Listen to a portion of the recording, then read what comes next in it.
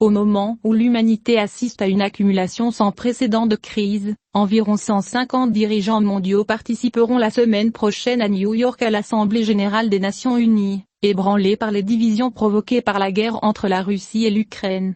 Quelques jours avant le rassemblement annuel, le secrétaire général de l'ONU, en haut accent Antonio Guterres, a déclaré « Notre monde est ravagé par la guerre, ravagé par le chaos climatique, ravagé par la haine et déshonoré par la pauvreté et les inégalités. Mais les divisions géostratégiques qui n'ont jamais été aussi importantes depuis au moins la guerre froide paralysent la réponse mondiale à ces formidables défis », déclarant au accent Antonio Guterres, appelant les dirigeants mondiaux à travailler ensemble pour trouver des solutions. Cet espoir d'unir le monde semble tiré par les cheveux, comme en témoignent les discussions autour de la participation vidéo du président ukrainien.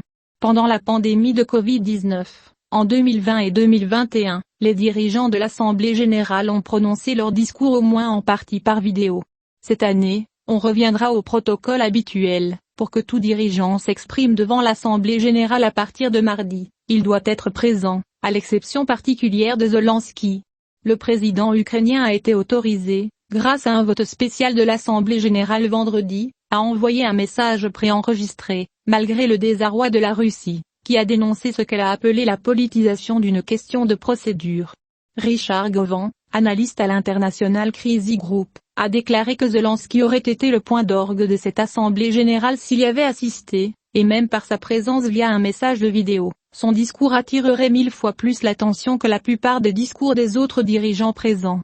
Mais Juan, cependant, a attiré l'attention sur le besoin d'attention, déclarant à l'AFP que de nombreux politiciens non-occidentaux en veulent à l'Occident pour sa focalisation sur l'Ukraine. Un certain nombre de pays s'inquiètent du fait que si nous nous concentrons sur l'Ukraine, nous ne prêtons pas suffisamment attention aux autres crises dans le monde, a déclaré à l'AFP l'ambassadrice américaine aux Nations Unies, Linda Thomas-Greenfield. Ce n'est pas ainsi. Les choses se passent comme d'habitude, l'ambassadeur a ajouté, c'est comme d'habitude. Nous ne pouvons pas ignorer ce qui se passe dans le reste du monde, a-t-elle déclaré, insistant notamment sur la crise alimentaire, qui sera au centre de nombreux événements. Et les pays en développement, moins responsables du réchauffement climatique mais qui en sont les premières victimes, en ont assez que l'action climatique ne soit souvent pas prioritaire.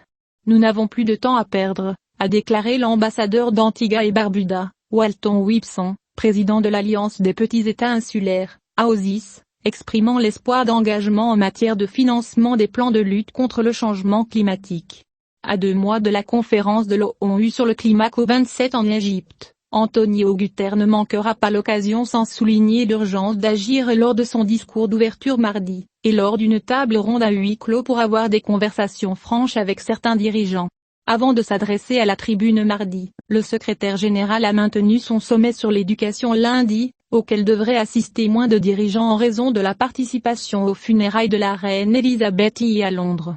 Les funérailles de la reine suscitent encore quelques doutes sur le déroulement de la semaine à New York, où la première ministre britannique Liz Truss prononcera son premier grand discours depuis son entrée en fonction. Le Brésilien Jair Bolsonaro a également confirmé sa présence mardi, ainsi que le Turc Recep Tayyip Erdogan et le Français Emmanuel Macron. Mais alors que le pays hôte, les États-Unis, parle généralement normalement au début, le discours de Joe Biden a été repoussé à mercredi. Bien que cette année voit le retour des dirigeants de la grande majorité des pays, les restrictions sont toujours en place, car les délégations ont été contraintes de réduire leur taille et d'allouer des places limitées aux médias. Le port du masque sera également obligatoire.